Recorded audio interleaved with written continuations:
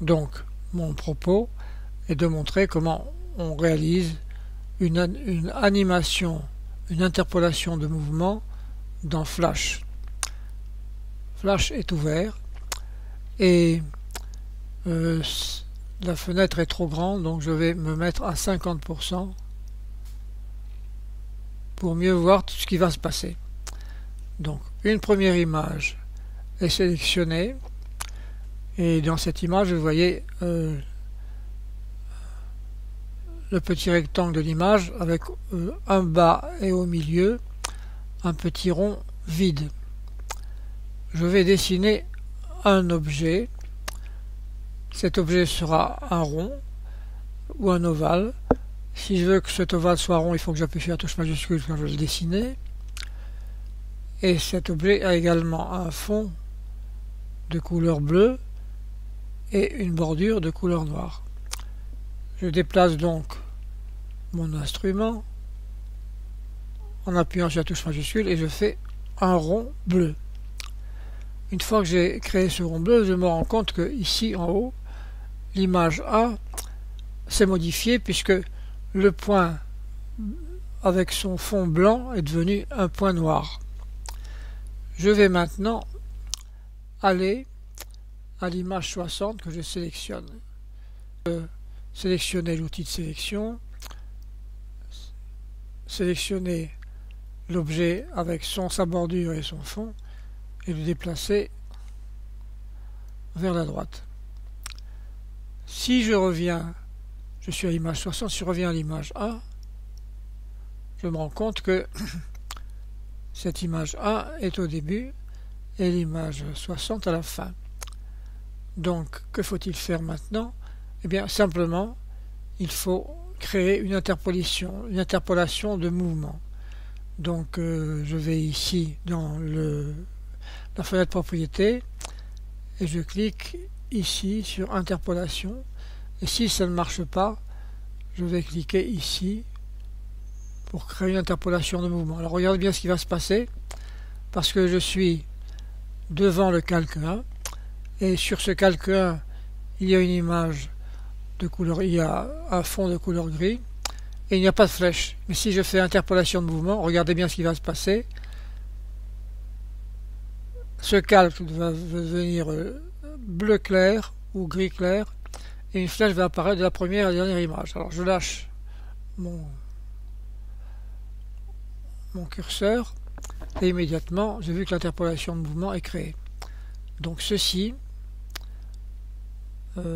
va nous amener à ouvrir le contrôleur et à revenir à la première image et ensuite à mettre en marche l'animation. Et vous voyez que cette animation se déroule d'une manière linéaire de la première à la dernière image.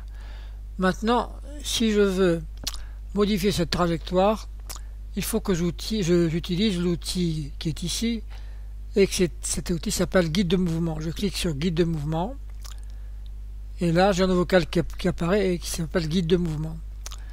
Donc si je clique sur la première image, je vais utiliser l'outil crayon et dessiner une trajectoire linéaire de la première à la dernière image.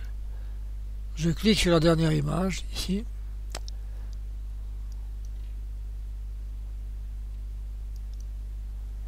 De manière à ce que ma trajectoire se termine au centre du rond. Donc je prends l'extrémité du rond et je me mets au centre du rond. Alors je pense que ça va marcher parce que maintenant il va falloir que je me remette au début de l'animation et ça ne marche pas. Pourquoi ça ne marche pas?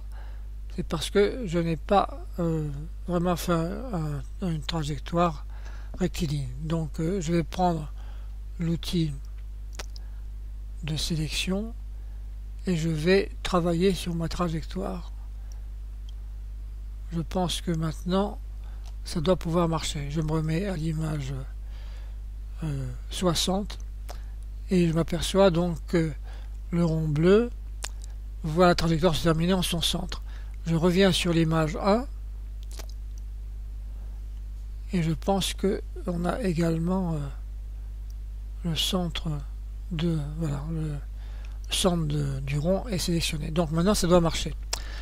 Je prends le contrôleur, je reviens au début et je mets en marche. Et vous voyez que maintenant le rond suit la trajectoire. C'est ce que je voulais vous montrer dans cette leçon, mais dans une deuxième leçon à venir tout de suite, nous allons créer une image de fond qui va être par exemple une carte de géographie ou un dessin, et nous allons mettre ce dessin en arrière-plan et dessiner une trajectoire sur un chemin ou une route de ce plan. Donc merci de votre attention et à tout de suite. Je vais dans le contrôleur et je fais interrompre la capture ou arrêter plutôt la capture, c'est pomme majuscule T, le raccourci clavier.